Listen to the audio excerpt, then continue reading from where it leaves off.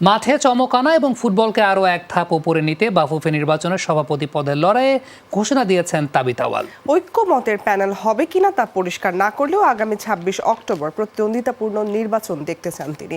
সোমবার রাজধানীর একটি সোমবার রাজধানীর একটি হোটেলে এই ঘোষণা দেন তিনি। সভাপতি পদে জয়ের ব্যাপারে আশাবাদী সাবেক এই সহসভাপতি। সর্বাধুনিক প্রযুক্তি ও সেরা মানের উপাদানে তৈরি আরএফএল চেয়ার, ক্ষমতার নয় সমতার চেয়ার।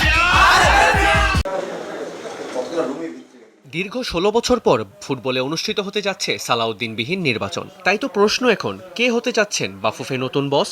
সালাউদ্দিনের সরে দাঁড়ানোর ঘোষণার ২৪ ঘন্টার মধ্যেই দৃশ্যপটে হাজির হন তরফদার রুহুল আমিন। ঘোষণা দেন নির্বাচনের। তখনই গুঞ্জন উঠে তাবিথ আউয়ালকে ঘিরে। কারা কারা ইলেকশন করতে চাচ্ছে, কোন পদে হতে চাচ্ছে। আনুষ্ঠানিক ঘোষণা না দেয়াই ছিল ধোঁয়াশা। তবে সোমবার রাজধানীর একটি হোটেলে আসন্ন নির্বাচনে আনুষ্ঠানিকভাবে অংশ নেওয়ার ঘোষণা দেন তাবিথ আউয়াল। ফুটবলের চমক কিন্তু ব্যক্তি দিয়ে হবে না, হওয়া দরকার না। ফুটবলের চমকটা হবে যখন আসলে আমরা ইন্টারন্যাশনালি যাই, আরেকটা গোল্ড মেডেল জিতে আসবো, আমরা ভালোভাবে খেলে বিশ্বকাপের অ্যাটলিস্ট সেকেন্ড থার্ড রাউন্ডে আমরা যেতে পারবো। তো আমি আপনাদেরকে কমিটমেন্ট দিচ্ছি যে আমি যদি প্রেসিডেন্ট হতে পারি, আমি খেলার মাঠে চমক দেখাবো। ২০১২ ও ১৬তে সহসভাপতি পদে জয়ী হয়েছিলেন। দায়িত্বে ছিলেন বাফুফের গুরুত্বপূর্ণ পদে। গত নির্বাচন হারলেও তাবিতের ভালোই জানা ফুটবলকে এগিয়ে নিয়ে যাওয়ার পথ। নির্বাচনে জয়ী হলে কি করবেন, কেমন হবে ইশতেহার? ফুটবল অঙ্গনটা একটা হোলিস্টিক জায়গা। ফুটবল অঙ্গনটা ফুটবলের মতোই, মানে পুরো ফুটবলে যদি একটা লিগ কোথাও হয়, পুরো বলটা অকার্য হয়ে যায়। তো আমরা হোলিস্টিকভাবে দেখতে হবে যেন আমাদের কোচিং প্যানেল, রেফারি, খেলার ইনফ্রাস্ট্রাকচার, ফিজিওস, গ্রাসরুট ডেভেলপমেন্ট এবং ইন্টারন্যাশনাল অ্যাপিয়ারেন্সেস সব জায়গায় আমাদের ইমপ্রুভমেন্ট একসাথে আনতে হবে।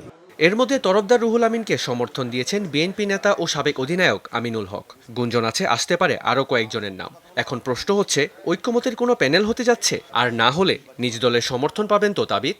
কম্পিটিশনের মাধ্যমেই সবচেয়ে ভালো নেতা বা ভালো লিডার কিন্তু তৈরি হতে পারে।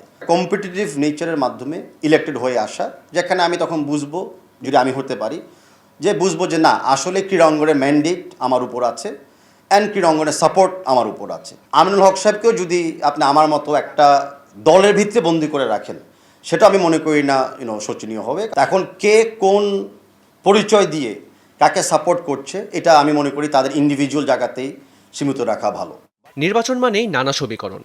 এবারের প্রেক্ষাপট তো একেবারেই ভিন্ন, রাজনৈতিক পরিচয় নয়। সাধারণ ফুটবল ভক্তরাও তাই অপেক্ষায় আছেন ফুটবল উন্নয়নে সত্যিকার একজন নেতাই আসবেন ফুটবল ফেডারেশনে। তারা এই পদের জন্য যোগ্য। মেহেদী রিয়ান, যমুনা স্পোর্টস, ঢাকা।